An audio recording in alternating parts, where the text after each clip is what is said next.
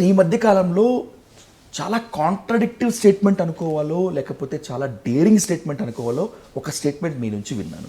British సర్కార్లో ఏ విధంగా అయితే నియంతృత్వం ఉందో అంతకు మించినటువంటి నియంతృత్వం ఏపీలో ఉన్నటువంటి కూటమి సర్కార్లో ఉంది అనేటువంటిది మీ స్టేట్మెంట్. ఈ స్టేట్మెంట్ మీరు ఇచ్చి నాకు తెలిసి ఇప్పటికి ఒక 1 వీక్ గడుస్తుంది.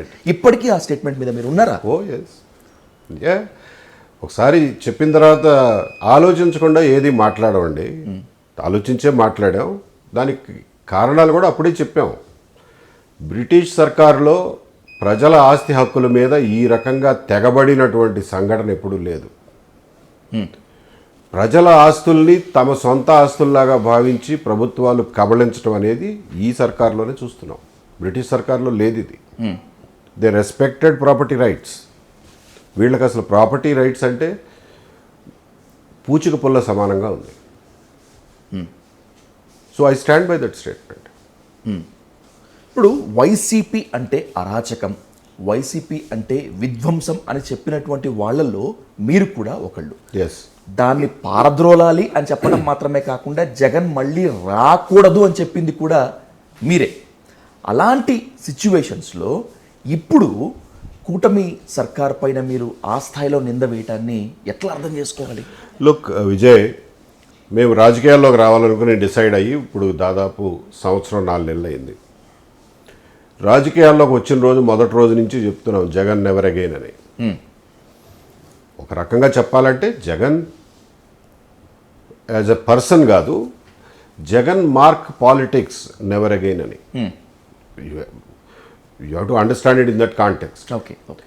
So Jagan mark politics, Jaganmohan Reddy గారి గవర్నమెంట్ అయిపోయింది కదా. ఈ గవర్నమెంట్లో ఆ రకమైన పాలిటిక్స్ కనిపించినా కానీ అంతే స్థాయిలో దాన్ని ప్రతిఘటిస్తాం. అలాగే కేంద్ర ప్రభుత్వంలో జగన్ మార్క్ పాలిటిక్స్ ఎక్కడ కనిపించినా కానీ దాన్ని కూడా అంతే స్థాయిలో ప్రతిఘటిస్తాం. సో మా రాజకీయ పోరాటం ఇటువంటి అరాచకపు పరిపాలనల మీద, అరాచకపు రాజకీయాల మీద, అంతే తప్ప వ్యక్తుల మీద కాదు. సో అరాచకపు రాజకీయాలు ఎక్కడ కనిపించినా కానీ చేస్తాం. జగన్మోహన్ రెడ్డి దానికి ఒక బ్రాండ్ ఇమేజ్ తెచ్చాడు అరాచక రాజకీయాలకి. అందుకని చెప్పి జగన్ నెవర్ అగైన్ అని అనాల్సి వచ్చింది. ఎగ్జాక్ట్లీ. వైసీపీ ఆ స్థాయిలో అరాచకం సృష్టించింది, ప్రజాభిష్టానికి వ్యతిరేకంగా వెళ్ళింది కాబట్టే 11 సీట్లు ఇచ్చి పక్కన కూర్చో. కరెక్ట్. ఎంతో నమ్మకంతో, ఎన్నో అంచనాలతో అధికారంలోకి వచ్చింది కదా సార్ కూటమి సర్కార్ 164 స్థానాలతో. రైట్. అభివృద్ధి పరుగులు పెడుతోంది. ప్రజాభీష్టానికి వ్యతిరేకంగా మేము ఎక్కడా వెళ్ళట్లేదు, ప్రజల ఆమోదంతో మేము అభివృద్ధి చేస్తుంటున్నామని చెప్పి వాళ్ళు గర్వంగా చెప్పుకుంటూ ఉంటుంటే మీరేంటి ఆ స్థాయిలో దాన్ని వ్యతిరేకిస్తున్నారు? మేము అభివృద్ధి జరిగిన దగ్గర, మంచి పనులు చేసిన దగ్గర మంచి పనులను మేము ఎప్పుడు విమర్శించడం లేదే. ఎక్కడైతే తప్పులు జరుగుతున్నాయో ఆ తప్పుల్ని ఎత్తి చూపించి వీటిని సరి చేసుకోండి, ఇవి ప్రజలకు మంచిది కాదు, ఇది మంచి పద్ధతి కాదని చెప్తున్నాం. తప్పే ఉంది? మేము రాజకీయాల్లో ఉన్నది దేనికి? మీ మంచి పనులను పొగడడం కోసం కాదు కదా రాజకీయాల్లో ఉండేది. మీరు చేస్తున్న తప్పులు ఎత్తి చూపించడానికే కదా, అదే చేస్తున్నాం.